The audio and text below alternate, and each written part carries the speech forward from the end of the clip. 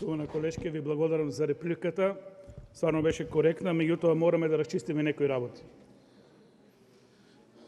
Секое образование мора да базира на тестирање.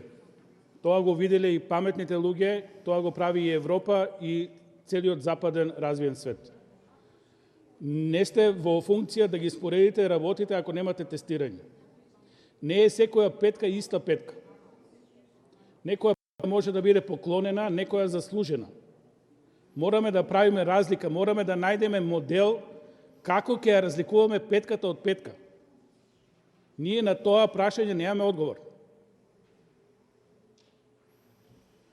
Рековте во член 133 е регулирано тестирањето.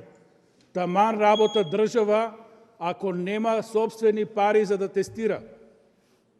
Зарем треба да се задолжуваме за да ги тестираме децата и да го видиме нивото на кое се наоѓаат? Ништо не сме направиле во образованието ако тоа е реалност. Благодарам.